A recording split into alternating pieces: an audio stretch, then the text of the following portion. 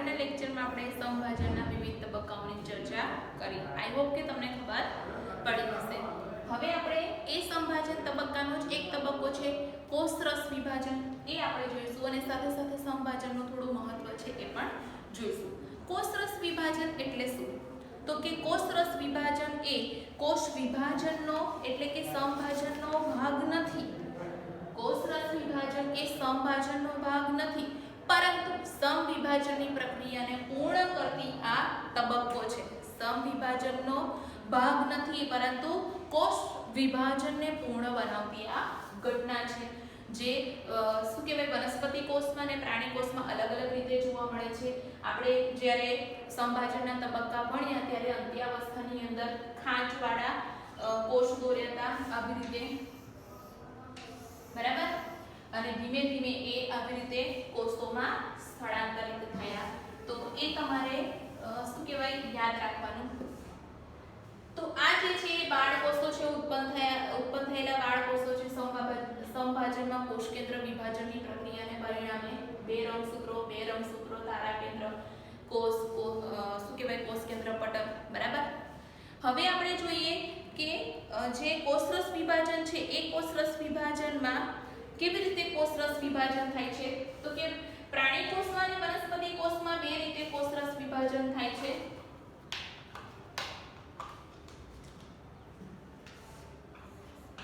અહીંયા આપણે તફાવત સ્વરૂપે જોઈએ. પ્રાણી કોષમાં કોષરસ વિભાજન અને વનસ્પતિ કોષમાં કોષરસ વિભાજન. હવે પ્રાણી કોષના કોષરસ વિભાજનની વાત કરીએ તો ધારો કે આ કોઈ કોષ છે, એ કોષની અંદર પરિઘ વિસ્તારથી કોષરસ વિભાજન શરૂ થાય છે અને કેન્દ્ર સુધી આવે છે. પ્રાણી કોષમાં કોષરસ વિભાજન કે પ્રાણી કોષમાં વિભાજન કોષરસ પટલના એક ઉપસંકોચન ખાંચ દ્વારા જોવા મળે છે, જે પરિઘથી કેન્દ્ર તરફ સતત ઊંડી બનતી જાય છે અને બંને તરફની ખાંચો જ્યારે કેન્દ્રમાં એકબીજા સાથે જોડાય ત્યારે કોષનો કોષરસ બે ભાગોમાં વિભાજિત થાય છે. તો અહીંયા મહત્વનો શબ્દ કયો યાદ રાખવાનો છે? ઉપસંકોચન ખાંચ. કે પ્રાણી કોષમાં ઉપસંકોચન ખાંચ કોષના પરિઘ વિસ્તારમાંથી થતી કેન્દ્ર તરફ વિકાસ પામે છે અને જ્યારે કેન્દ્ર તરફ ખાંચ આવી જાય છે ત્યારે આ જે કોષ છે એ કોષનો કોષરસ બે ભાગમાં વિભાજિત થાય છે. વનસ્પતિ કોષમાં એનાથી ઉલટી, ધારો કે આ કોષ છે વનસ્પતિ કોષ, હવે એ કેન્દ્રથી શરૂ થઈને ઉપસંકોચન ખાંચ ધીમે ધીમે પરિઘ વિસ્તાર તરફ આગળ વધે છે અને પરિઘ વિસ્તાર તરફ આગળ વધે છે ત્યારે એક પડનું નિર્માણ થાય છે, જેને કહેવામાં આવે છે મધ્ય પટલ, અથવા તો આના બાજુનો જે કોષ છે, આના બાજુનો કોષ છે, આના બાજુના કોષ છે, એની વચ્ચે જે પટલ બને છે જેને કહેવાય કોષ પટ્ટી, એ કોષ પટ્ટી સ્વરૂપે થાય છે. વનસ્પતિ કોષોમાં લગભગ સ્થિતિસ્થાપક કોષ દિવાલથી ઘેરાયેલા હોય છે. તેમાં કોષરસ વિભાજનની વિભિન્ન પ્રક્રિયાઓ થાય છે. કેવી? તો મેં તમને સમજાવ્યું કે વનસ્પતિ કોષોમાં કોષરસ ના વિભાજન દરમિયાન ઉપસંકોચન ખાંચ કેન્દ્રથી શરૂ થઈને પરિઘ તરફ વિકાસ પામતી હોય છે અને પાર્શ્વ કોષ દિવાલ સાથે જોડાય છે અને નવી કોષ દિવાલનું સર્જન કરે છે. આ શું થાય છે? અહીંયા ધારો કે આ નવી કોષ દિવાલનું સર્જન થયું અને એ નવી કોષ દિવાલનું સર્જન થયું એ એક સાધારણ પૂર્વગામી રચનાથી પ્રારંભ થાય છે, જેને શું કહેવામાં આવે છે? કોષ પટ્ટી. જેને શું કહેવામાં આવે છે? કોષ પટ્ટી. કે જે બે અત્યંત નજીક રહેલા કોષોની કોષ દિવાલ વચ્ચેના મધ્ય પટલ દર્શાવે છે. ધારો કે અહીંયા કોષ હોય તો એ બંને વચ્ચેનું મધ્ય પટલ દર્શાવે છે, બરાબર. ધારો કે અહીંયા કોષ હોય તો એ બંને વચ્ચેનું મધ્ય પટલ દર્શાવે છે. ધારો કે અહીંયા કોષ હોય તો એ બંને વચ્ચેનું મધ્ય પટલ દર્શાવે છે. તો આ ઉપસંકોચન દ્વારા બે કોષ દિવાલો વચ્ચે એક મધ્ય પટલનું નિર્માણ થાય છે. કોષરસ વિભાજન સમયે કેટલીક અંગિકાઓ જે કણાભસૂત્ર, રંજક દ્રવ્ય કણ, એ બધી અંગિકાઓ પણ બે સમાન કોષોમાં વિતરણ પામે છે. પરંતુ કેટલીક વખત કોષ કેન્દ્ર વિભાજન પછી કોષરસ વિભાજન થતું નથી. કેટલાય એવા કોષો છે જેમાં કોષ કેન્દ્ર વિભાજન પછી કોષરસ વિભાજન થતું નથી અને શું નિર્માણ પામે છે? તો કે સતત કોષ કેન્દ્રનું વિભાજન થયા કરે છે પરિસ્થિતિ નિર્માણ પામે છે તેને કહેવામાં આવે છે બહુકોષ કેન્દ્રિકી અને આ બહુકોષ કેન્દ્રિકીનું ઉદાહરણ છે લીલા નાળિયેરનું પ્રવાહી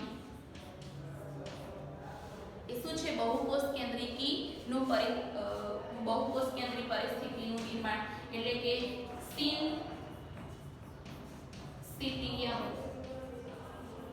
અને ઇંગ્લિશમાં કહેવામાં આવે છે સિન્સિટિયમ બરાબર તમને અહીં આપેલું છે કે કેટલાક સજીવોમાં કોષ કેન્દ્ર વિભાજન પછી કોષરસ વિભાજન થતું નથી આઈડિયલી શું હોવું જોઈએ કોષ કેન્દ્ર વિભાજનના 4 તબક્કા પૂરા થયા પછી કોષરસ વિભાજન થાય ત્યારે જ કોષ વિભાજન પૂર્ણ થાય છે પરંતુ કેટલાક કિસ્સાઓમાં કેટલાક સજીવોમાં કોષ કેન્દ્ર વિભાજન પછી કોષરસ વિભાજન થતું નથી ત્યારે એક જ કોષમાં અનેક કોષ કેન્દ્રનું સર્જન થાય છે અને આવા બહુકોષ કેન્દ્ર ધરાવતા કોષોને બહુકોષ કેન્દ્રી કહે છે ઉદાહરણ તરીકે નાળિયેરનો પ્રવાહી ભ્રૂણકોષ એટલે કે નાળિયેરનું પ્રવાહી અને એને કહેવામાં આવે છે ભ્રૂણકોષ જે તમે ભ્રૂણકોષ એટલે શું એ તમે 12મા ધોરણમાં અભ્યાસ કરશો બરાબર તો આવી પરિસ્થિતિને કહેવાય બહુકોષ કેન્દ્રિતી અથવા તો ઇંગ્લિશમાં તમને તમારે યાદ રાખવાનું લખી લેજો સિન્સિટિયમ ઓકે તો આ થઈ ગયું કોષરસ વિભાજન ત્યાર પછી આપણે થોડું આગળ જોઈએ કોષરસ વિભાજન પછી સમભાજનનું મહત્વ કે તમને બધાને ખબર છે કે સમભાજન એ મોટા ભાગે કયા કોષોમાં થાય છે તો કે દ્વિકીય કોષોમાં શું થાય છે સમભાજન દ્વિકીય કોષો એટલે કોષ કેવો હોય છે 2n અને ઉત્પન્ન થતા બાળ કોષોમાં પણ કયા રંગસૂત્રો હોય છે 2n પરંતુ કેટલાક વસાહતી કીટકોમાં સમભાજન એકકીય કોષોમાં જોવા મળે છે કેટલાક વસાહતી કીટકોમાં સમભાજન એકકીય કોષોમાં જોવા મળે છે તો આવા બહુ બધા ઉદાહરણ છે અને સમભાજનનું મહત્વ તમને બહુ બધા સ્ટેપ આપેલા છે સમભાજનના મહત્વમાં એમાં પહેલો સ્ટેપ છે કે સમભાજન દ્વારા દ્વિકીય બાળકોષોમાં એટલે કે માતૃકોષ જો દ્વિકીય હોય તો ઉત્પન્ન થતા બાળકોષોમાં પણ દ્વિકીય જ શું કહેવાય રંગસૂત્રોની સંખ્યા જળવાઈ રહે છે એટલે કે ઉત્પન્ન થતા બાળકોષોમાં માતૃકોષ દ્વારા આનુવંશિક દ્રવ્ય જળવાઈ રહે છે કોના દ્વારા સમભાજન દ્વારા તો એક એ મહત્વ થયું બીજું કે બહુકોષી સજીવો કોષ વિભાજનની પ્રક્રિયા એમાં પણ પર્ટિક્યુલર સમભાજનની પ્રક્રિયા દ્વારા જ વૃદ્ધિ અને વિકાસ પામે છે તો આ બીજું મહત્વ થયું ત્યાર પછી ત્રીજું કે કેટલીક વખત કોષોની વૃદ્ધિ દરમિયાન કોષરસ અને કોષ કેન્દ્રનું પ્રમાણ અસંતુલિત થઈ જાય છે તો એ પરિસ્થિતિ દરમિયાન સમભાજનની પ્રક્રિયા દ્વારા કોષરસ અને કોષ કેન્દ્રનું પ્રમાણ જળવાઈ રહે છે બેલેન્સ થાય છે ત્રીજું કે કોષ વિભાજનનું મહત્વ કેટલીક વખત સૌથી મહત્વનો ફાળો છે કોષોનો સમારકામ સૌથી મહત્વનો ફાળો શું કોષનો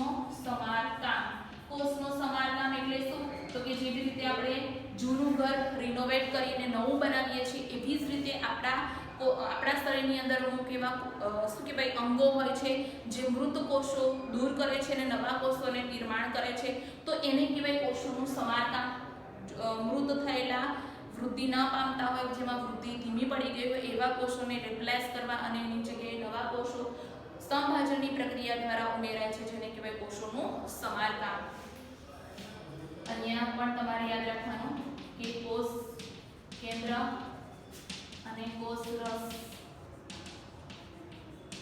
પ્રમાણ જળવાય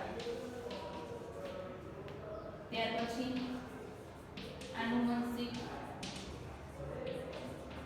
દ્રવ્ય જળવાય બહુકોષી સજીવો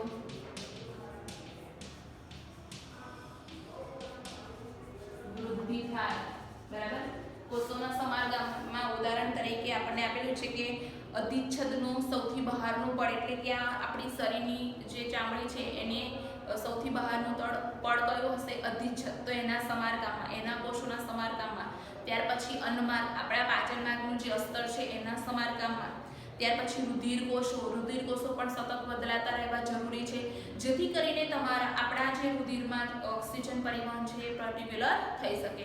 તો એ બધા કોષોના સમારકામમાં સંભાજન મહત્વનું છે.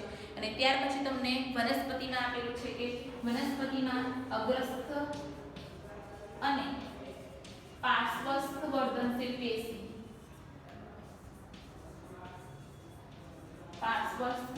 વર્ધનશીલ પેશી, એ પેશીના નિર્માણમાં સંભાજન મહત્વનું છે કે અગ્રસ્થ અને પાર્શ્વસ્થ વર્ધનશીલ પેશીમાં સંભાજન દ્વારા વનસ્પતિમાં જીવન પર્યંત વૃદ્ધિ થયા કરે છે. તો તમે સાંભળ્યું હશે 11મા ધોરણમાં, એટલે કે આ ધોરણની અંદર તમે પહેલા ચેપ્ટરમાં ભણ્યા છો કે વનસ્પતિમાં વૃદ્ધિ જીવન પર્યંત થતી રહે છે. તો એનું કારણ કે વનસ્પતિમાં અગ્રસ્થ અને પાર્શ્વસ્થ વર્ધનશીલ પેશી આવેલી છે. અગ્રસ્થ એટલે ક્યાં? તો કે પ્રકાંડના અગ્રભાગે, અને પાર્શ્વસ્થ એટલે ક્યાં? તો કે પ્રકાંડ અને પર્ણની વચ્ચે. આપણે 5મા ચેપ્ટરમાં તમને ડિટેલમાં આવશે ત્યારે આપણે અગ્રસ્થ અને પાર્શ્વસ્થ સ્થાન જોઈશું, અને વર્ધનશીલ પેશી વિશે તમને 6થા ચેપ્ટરમાં આવશે ત્યારે આપણે એના વિશે ચર્ચા કરીશું. પરંતુ વર્ધનશીલ પેશી એટલે તમારે એટલું યાદ રાખવાનું કે સતત કોષોનું કોષ વિભાજન કરતી પેશી. વર્ધનશીલ પેશી એટલે શું? સતત કોષોનું કોષ વિભાજન કરતી પેશી. ક્લિયર? તો અહીંયા આ બે વિડીયોમાં, આગળના વિડીયોમાં અને આ વિડીયોમાં થઈ અને આપણે સમભાજન તબક્કો જે છે આખો પૂર્ણ થયો. હવે પછીના સેશનની અંદર આપણે નવું વિભાજન ભણીશું જેનું નામ છે અર્ધીકરણ. એ તમને 12મામાં ખૂબ જ ઉપયોગી છે, એટલા માટે ધ્યાનથી તમે ભણજો, અને ધ્યાનથી તો જ આવડશે, સારી રીતે તો જ આવડશે જો તમે સમભાજન તબક્કાના બીજા બધા જ તબક્કા તમે વ્યવસ્થિત રીતે